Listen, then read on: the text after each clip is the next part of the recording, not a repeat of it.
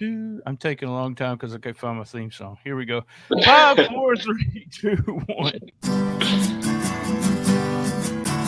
Shootin' the Shiznit, shootin' the Shiznit, best little wrestling podcast in the business. Your host BT, and all his guests. You'll never know who he'll have next. Shootin' the Shiznit, shootin' the Shiznit, best little wrestling podcast in the business.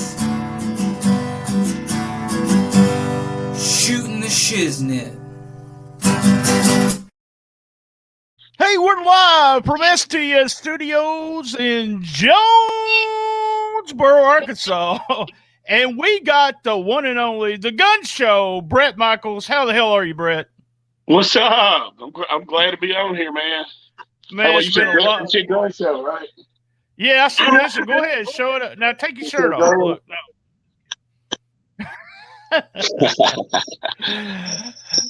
Man, it's been a long time since we actually this show is with people that I've been knowing for a long time or someone I just met. You kind of fall into the in between because we work together, but I really didn't know you, didn't hang out with you before or after the shows. And we're going to talk about something that you reminded me of probably after the commercial. But first of all, I mean, this is the way I started. I mean, we're shooting Shiznit, that's what we're doing. But I'd like to know, how did you become a wrestling fan? How did it happen? I know you're in the Tupelo, Mississippi area, but let's talk about that. How did you get it? I see. I'm from the Mid-South, so every Saturday morning, it was Memphis wrestling. You turned it on Channel 5. At that point, it was on Channel 5 whenever I started watching it. So got on there, started watching it. Every Saturday, I was glued to the TV watching, and then, boom.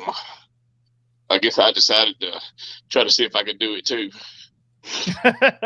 So growing up watching Memphis wrestling, it was in Tupelo. It aired there. It aired kind of pretty much where everything's going to start with the CW show. But you were in Tupelo. They aired in Evansville. Did you in where else? Jonesboro got the show because I watched it from that area. They were everywhere that the WMC could be picked up on at that time. And, so you got the WMC show. You didn't get the week delay or anything like that, right? It was live. I don't know if it was live, but they made it. They made it sound like it was live. It was the studio show. Right. So, yeah. Right. Well, good deal. I grew up on the same thing. And so, who was your favorite wrestlers on Memphis wrestling? Yeah. Oh man, I can't say that, man. I've already wrestled half of them. Growing up watching Memphis, you always gotta say Jerry Lawler.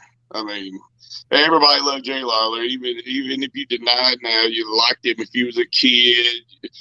If you was an adult, you liked him when he was the bad guy. So I mean, Lawler. I liked a lot of the other guys. I mean, Brickhouse Brown, Don Bass, Eddie Gilbert, Doug Gilbert, all them. Those are the ones I wanted to see every week. Right. I tell people this, and you probably relate to this, and they don't understand it unless they grew up in this area. But when we were on the playgrounds, it wasn't about anything but, okay, we're going to wrestle. I'm Jerry Lawler, you're Bill Dundee, and we're going to fight. Time. It's always Lawler versus Dundee if you're gonna play wrestle. Yeah, and then that little kid that got through off the monkey bars with a suplex stopped everything, and he messed everything up for all of us. Break an arm, and you gotta stop it. So nowadays, if you look at them wrong, they get offended, and then you get sued. So I mean, there you go. So grew up watching Memphis. So now, because I find myself watching maybe 2 or 3 shows. But here's the weird thing, because I do a podcast and I've been doing it for over 4 years now, 2 episodes a week, I don't listen to wrestling podcasts because I don't know. I guess I don't want anything influencing me. I guess that's the best way of saying it. But do you find yourself not watching the business now, or are you still glued to the TV screen? I don't watch it like I did. Now I'll watch AEW all day long. I mean, they pull me in because it feels more like an actual show. I mean, like a live event. Like WWE, we try to watch a little bit of it the other day, and I mean, I get what they're doing. You don't have a live audience, so you can do whatever you want to with your matches. You got Alexa Bliss changing into 3 different gimmicks in one match. You can't do that in a live show. So I get what they do, and it's more of an entertainment value. But man, I grew up when you had to make it believable. I mean, it's the territory days. Everything had to be believable, or nobody cared. Right. So, yeah, it's true. It's a total different thing. Yeah. It's totally different business, and it's one of those things where, and you're in it, you've been in it forever, and it's one of those things where you're either going to sit there and keep saying, I don't want to get better, I don't want to do anything different, and that's not what you've done, because I remembered you were flying all over the place the last one of the times I was there, and you did all the, what they call flippity floppity horse shit. Yeah, I did, but then I got old. Yeah. Well, you got to learn. I didn't have to do all that crap no more. If I'd learned that a lot younger, I'd been good. Well, what do you think? You said you like AEW, and I'm a huge fan of AEW. I think since October, I think they have been. I told my buddy here that helps me with the podcast, I have not given a thumbs down. I do thumbs up, thumbs in the middle, thumbs down since October. Now, I can't remember a wrestling show, except maybe Memphis when I was a kid, that I could actually think that it's been that good for so long. And so my question is, you said, well, I got old and you changed your style.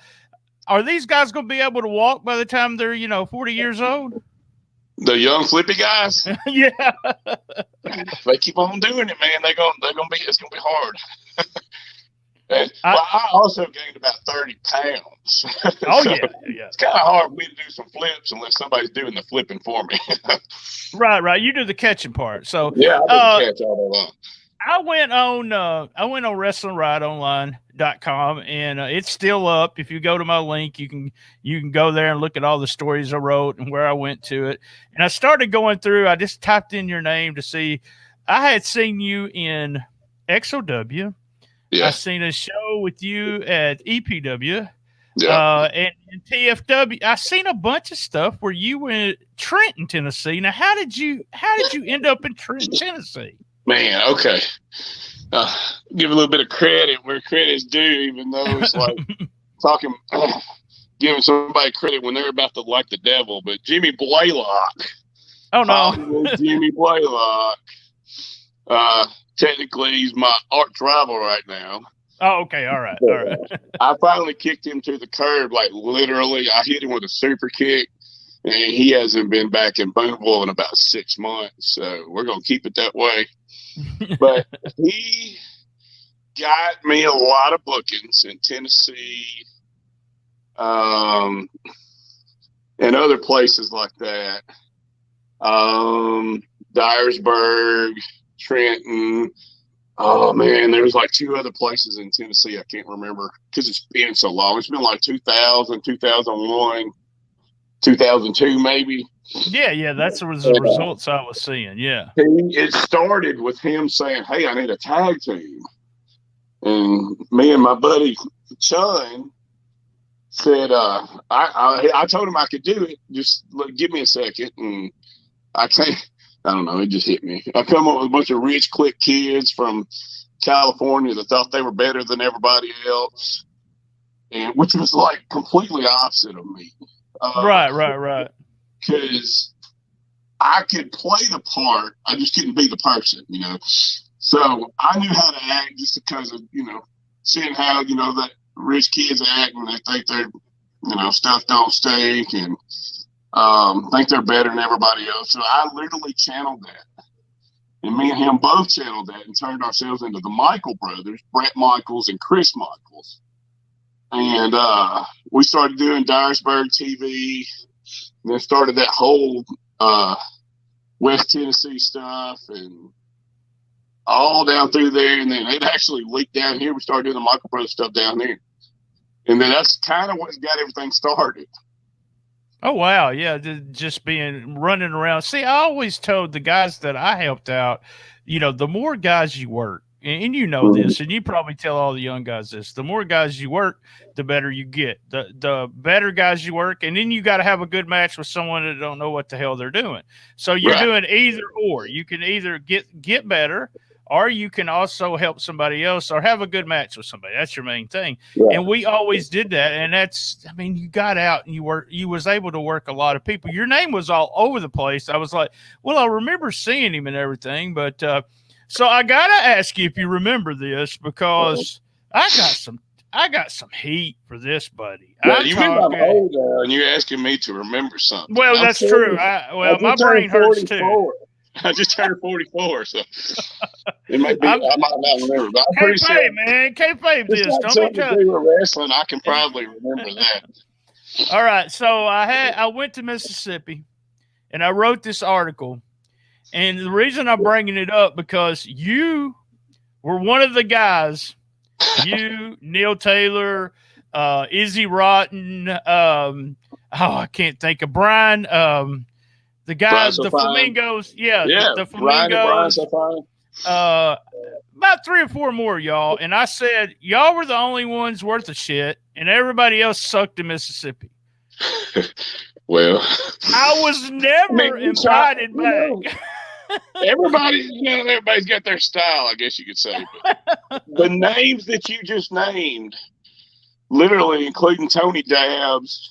Yeah, Tony and Scott Porto. And, yes, look, everybody is still, this is 20 years later, and everybody's still in the business. They're still headlining shows in the Mid-South. I mean, we went from green guys that were just throwing matches together, and now we're all old. Now we realize how to do this stuff the right way. Right, right. Well, that's a funny thing, because I went to Mississippi, went back, and there was no one. Chris is one of them too. Chris Styles. There was no one there that was better than y'all. It's just like y'all got better, and everybody else was horrible. I remember saying Bone Crusher wanted to kill me, by the way, of the stuff that I said about him. But I went back and read one of the reports, and I actually said, this guy's over as I don't know what. I really don't know why, but he is over, and that's what I said. But then, Neil was a guy that I was like on the fence with, but Neil knew psychology a lot quicker than y'all did. Man, yes. And then he's actually taught us a lot of that too. Yeah. What Neil could do was have a good match with almost any, in a sense that bring the crowd into it. He got a big pop coming out, and then he would take some heat. Then he would come back, take some heat. I mean, it was really, he knew what he was doing before any of you guys did. And so he was not as good of a, I hate to say worker, maybe not as good of a wrestler. I'm having Neil on Thursday, so he'll probably hear this and not even want to be on here. But not as good of a wrestler as you guys. I didn't say it. But he was a good worker. There's a difference in my mind. There's move for move. He wasn't, but when it came to putting the match together and having a real good, match, and that XOW match, he had one of the best matches I'd ever seen him in. I knew you would remember me getting heat for talking about Mississippi. So when we come back, right now we're fixing to go off of Facebook Live, except for the Shootin' the Shiznit. If you're watching it on Shootin' the Shiznit, you can continue to watch it on our Facebook page, or you can go to the YouTube page and watch the rest of it. So going off my personal page right now. Audio version. Now we're going to commercials, and we'll be right back.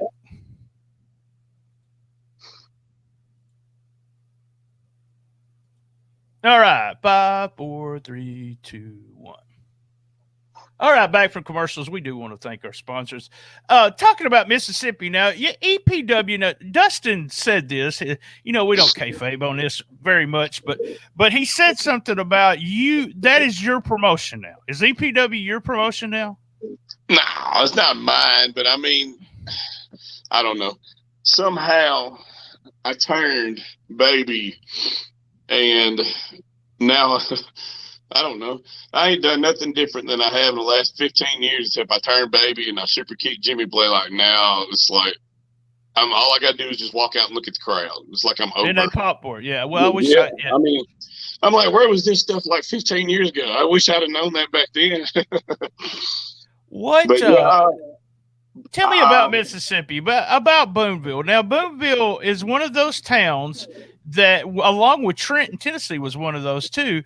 That has always been really old school, but continues to draw. Is there nothing to do there? Is that why everybody comes, or it continues to draw a good crowd? And oh y'all, man, it's the hottest thing going. oh, what was I telling you? I'm sorry, my bad. I'm sorry. Oh, EPW is the hottest thing in North Mississippi. Period, man.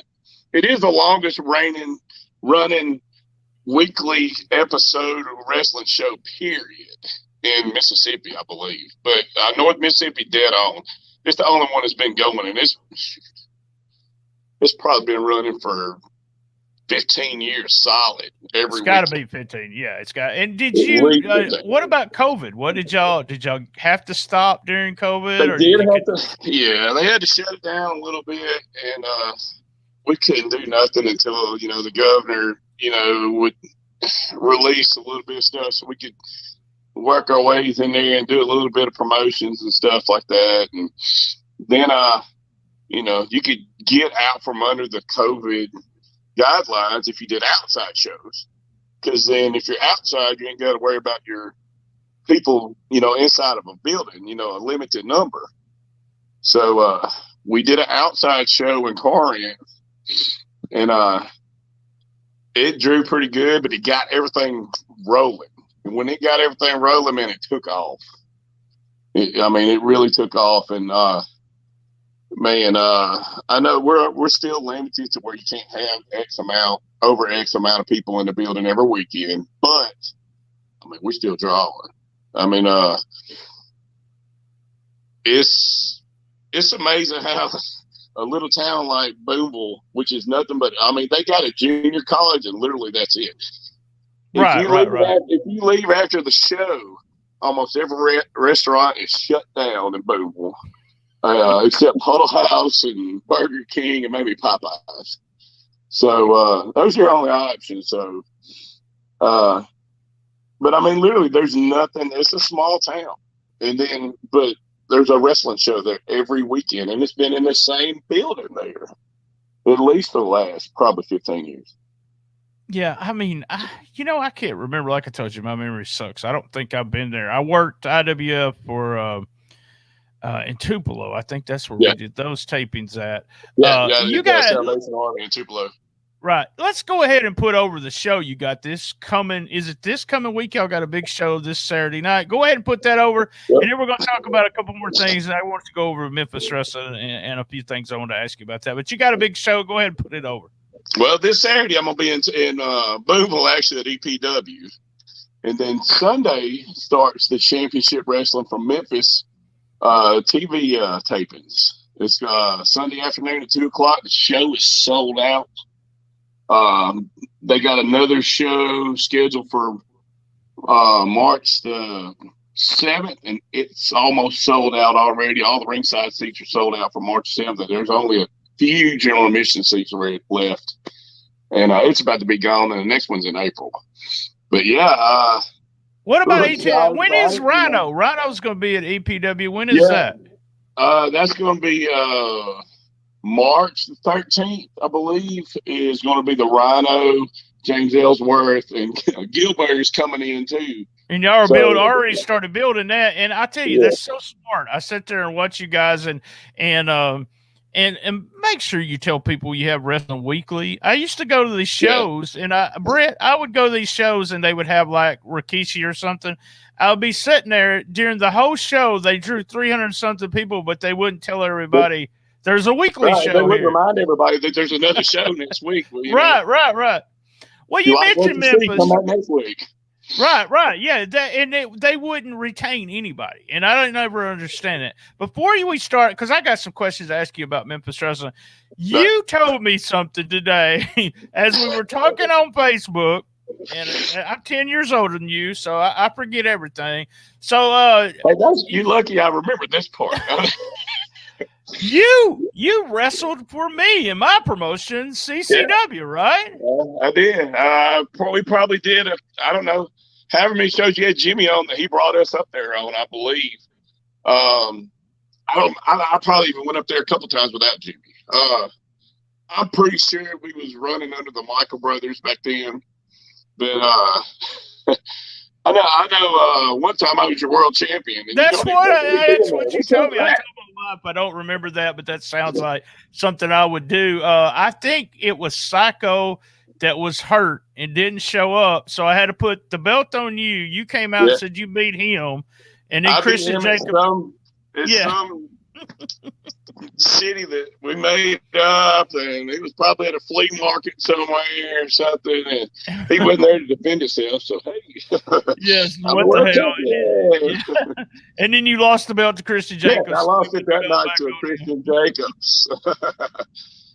So, you know, me and Dustin have been talking about it. See, me and Dustin are friends, and everybody that listens to my podcast knows that. I'm going to be doing the podcast review show every week, tell y'all what I thought about your show, and no, I'm not going to be nice. If it's bad, I'm going to say it's bad. That's just the way I am. Y'all know hey, that. That's what we need right there. Right, we need to right. know when it sucks and when it was good, you know? But he's been talking about this for close to a year now, and it's fixing to happen, as we say in the South.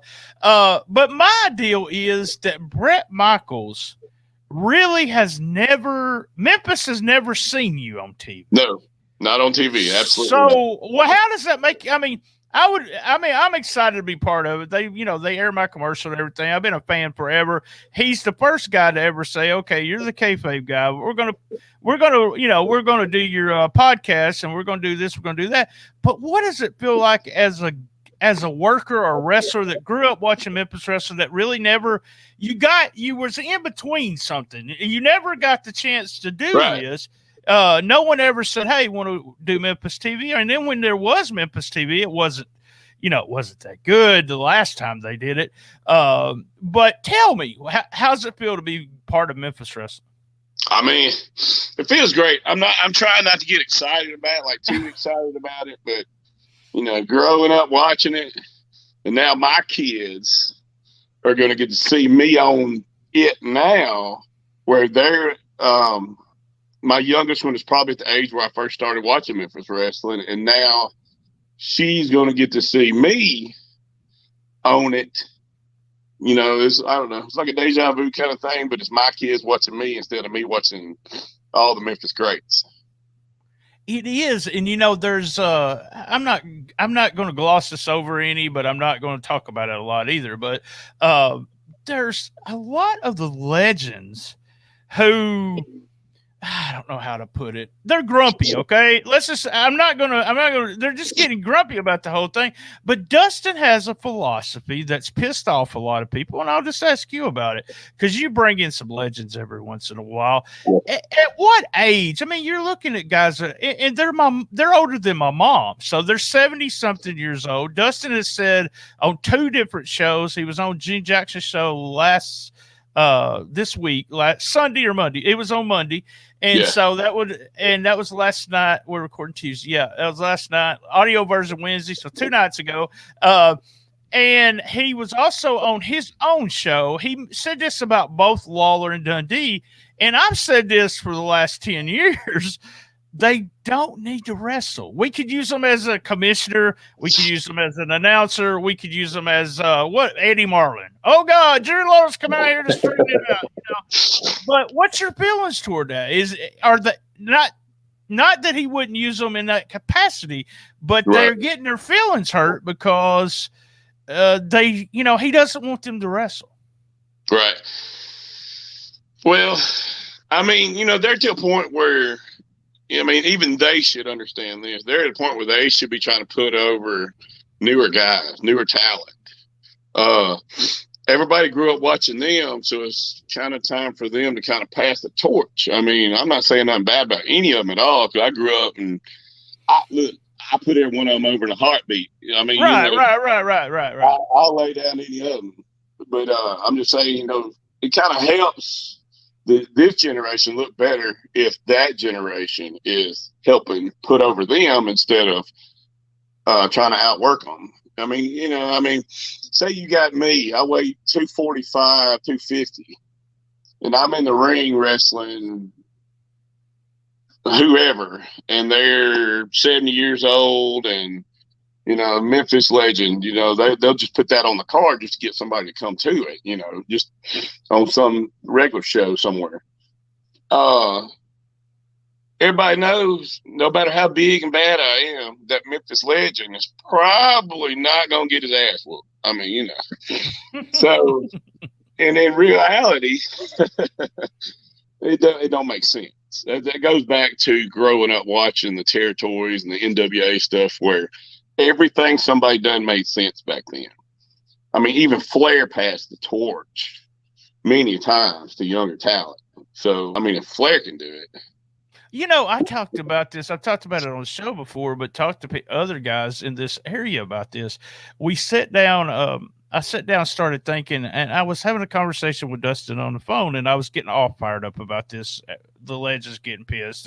And I said, who did they put over since Jimmy Hart left? Now, think about this for a minute, Brett. Think about this. The only two names I could come up with was Jeff Jarrett and Brian Christopher. Now, that's all I mean, PG-13 got over, but it was because the Randy Hills pushed them. But who else did they get over since Jimmy Hart left? I can't come up with anybody. Really? I mean, other than, Brian was the main one they put over. He was over big. He really was. Because I did, when I was doing the website, I did TV ratings.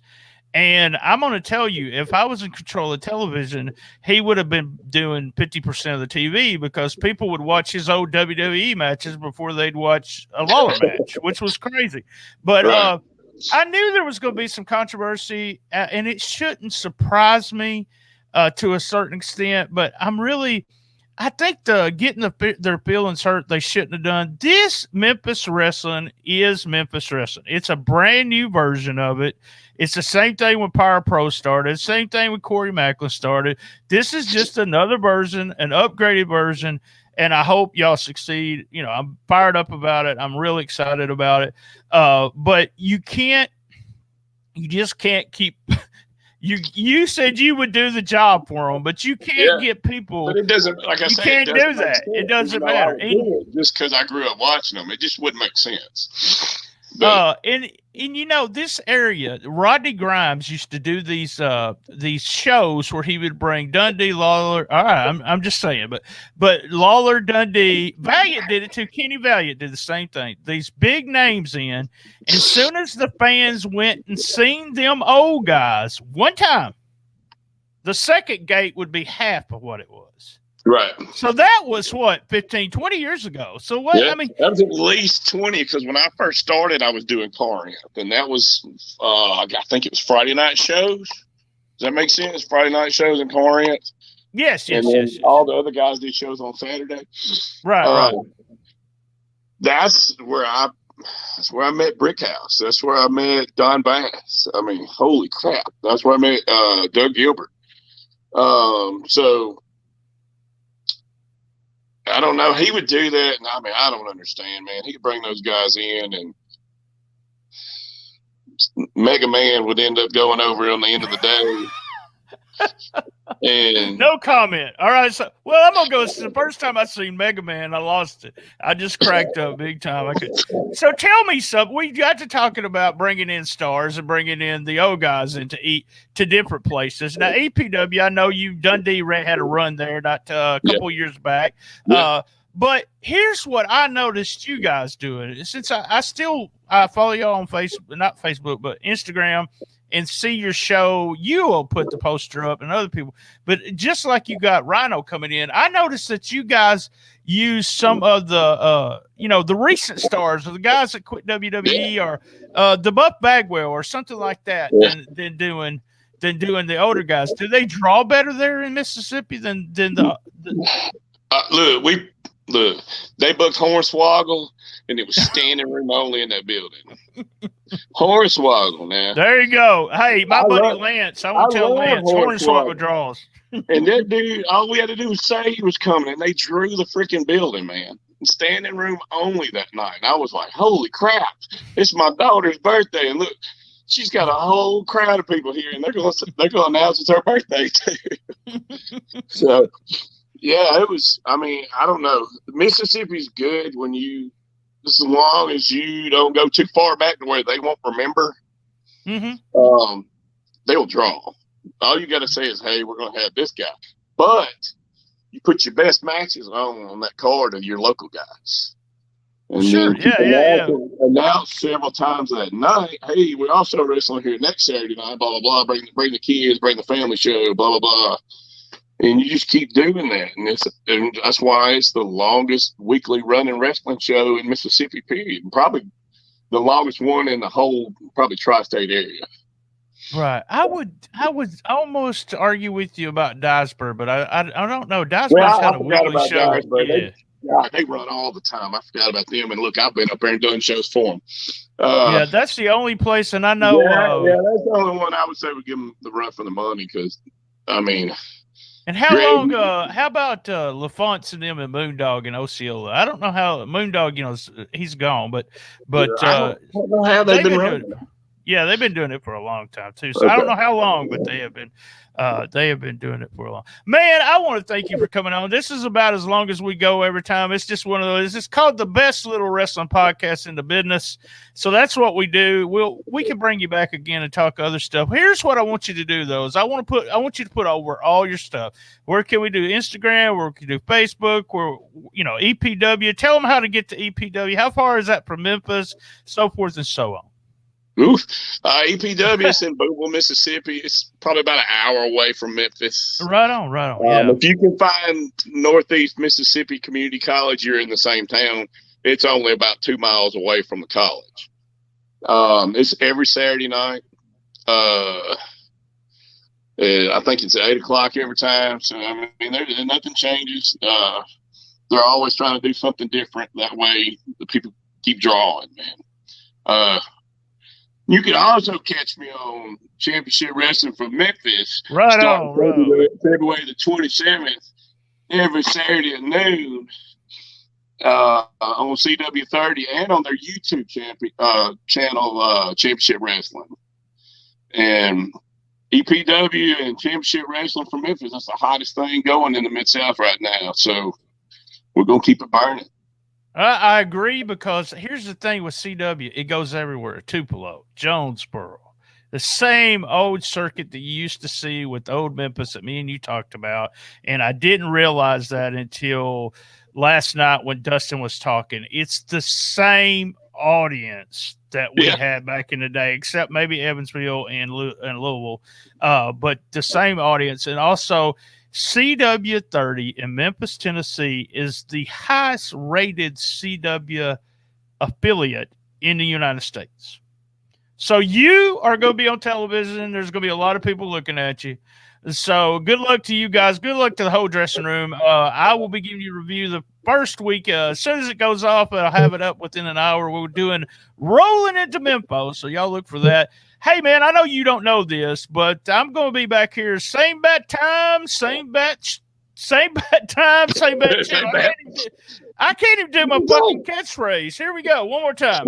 Same bat time, same bat channel on the best little wrestling podcast in the business. Be there. And hey, Brett, you don't know this, but everyone else does that listens. I love my mama. Everybody love that mama. Thanks, man. That's pretty sad when I mess up my own catchphrase.